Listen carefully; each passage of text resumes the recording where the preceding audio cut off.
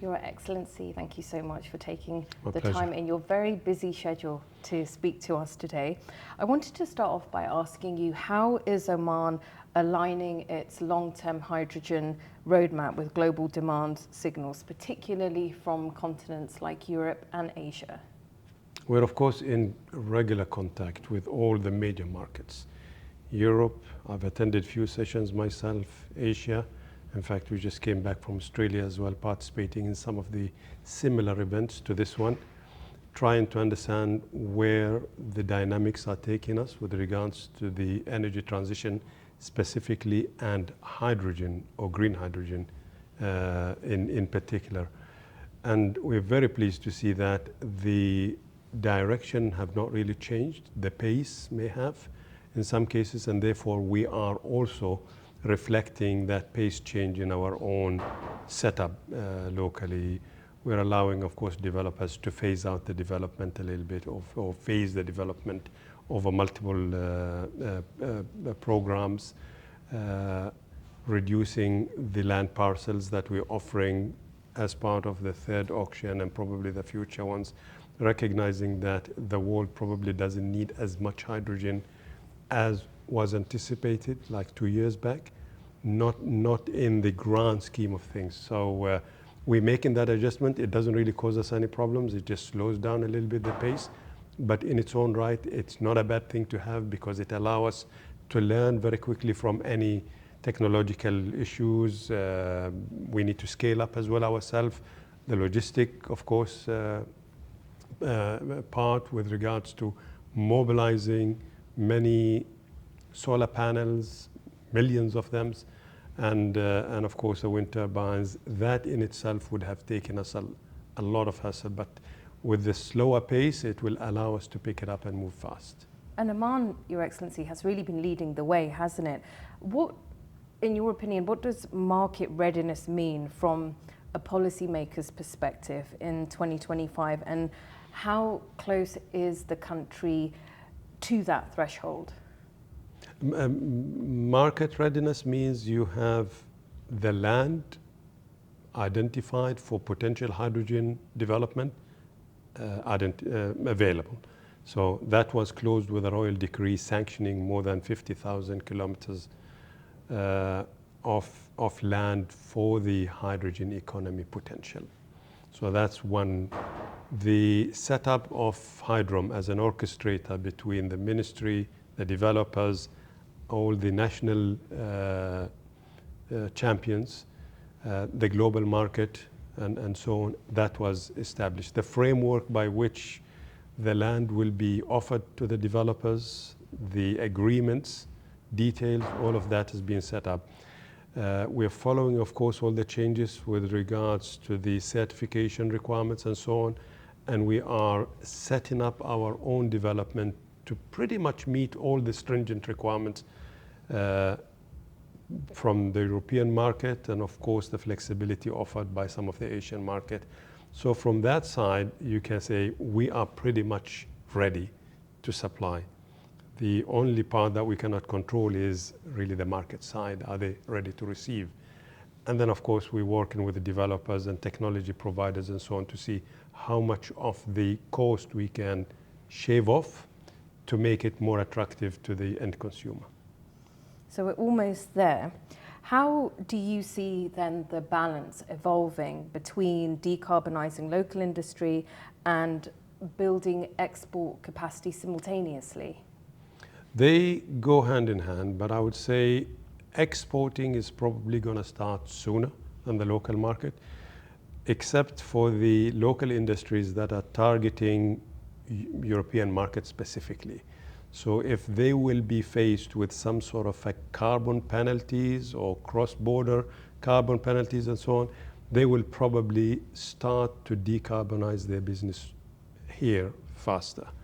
And for that, we are offering them, of course, all sort of, whether it's an incentive or hydrogen ready, so they can start decarbonizing. Not all of them will require hydrogen. Some of them can decarbonize by just going into renewable energy. And that we are also, of course, supporting and helping and offering renewable energy to start decarbonizing some of those markets.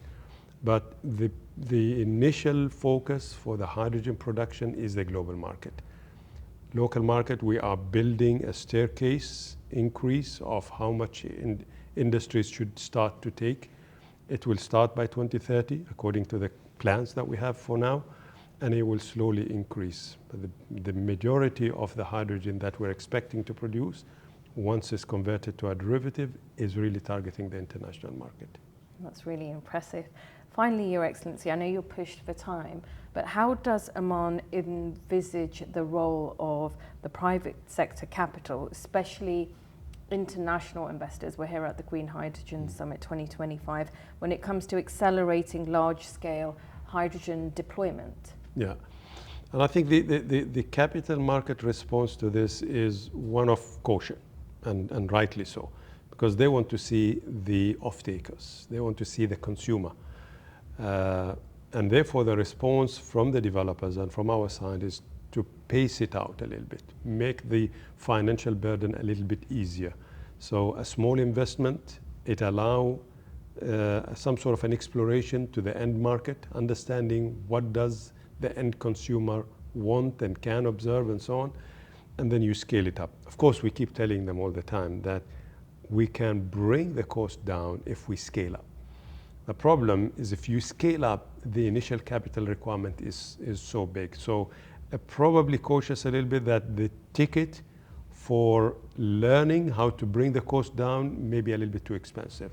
And therefore they're taking it one step at a time. For an industry like this, I think it's the right thing to do, because the technology is developing so fast that you don't want to be committing yourself to a large scale development only to find out halfway through project execution that the technology available is a little bit different and maybe more efficient and better than the one you've committed to. So pacing it is good financially and is good from a technical point of view.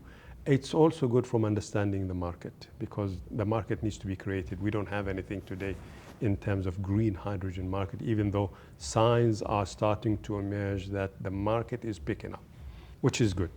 And that's why events like these, like the Green Hydrogen Summit in Oman, are so important. And in many other locations, yeah. So we do participate, of course, in some of the international events similar to this one.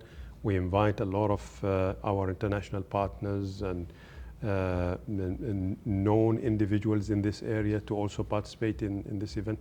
The whole idea is that we need to work collectively as a group. One country cannot do it alone. One continent cannot do it alone. So we need everybody to be singing from the same sheet. This is a global transition. So it's not something that Oman can do alone. If it is only the renewable energy, we can do it probably alone with some technology support. But a hydrogen transition requires everybody collaborating to bring the cost down, build the infrastructure, have the receiving terminals on the other side, create the market for it and so on. It will happen, but we're a little bit chasing ourselves sometimes, and our impatience come on the way from time to time. And do you think, with everything that you've just described, do you think we're going to see it in our lifetime? It will definitely happen within our lifetime, for sure. I don't think the climate is sort of forgiving enough to say, I give you another 40 years to get your act together. I think we probably missed the boat when it comes to the 1.5 degree. We don't want to miss the 2 degree. But in all cases, I think we started big. We're now checking that reality and validating it. We probably will go a little bit slower, but we will pick up very quickly as soon as we get the first taste of the green hydrogen, especially when the market start including that in their energy mix. It will pick up, and it will pick up fast. And that's really what we do in Oman. We don't want to be caught off guard.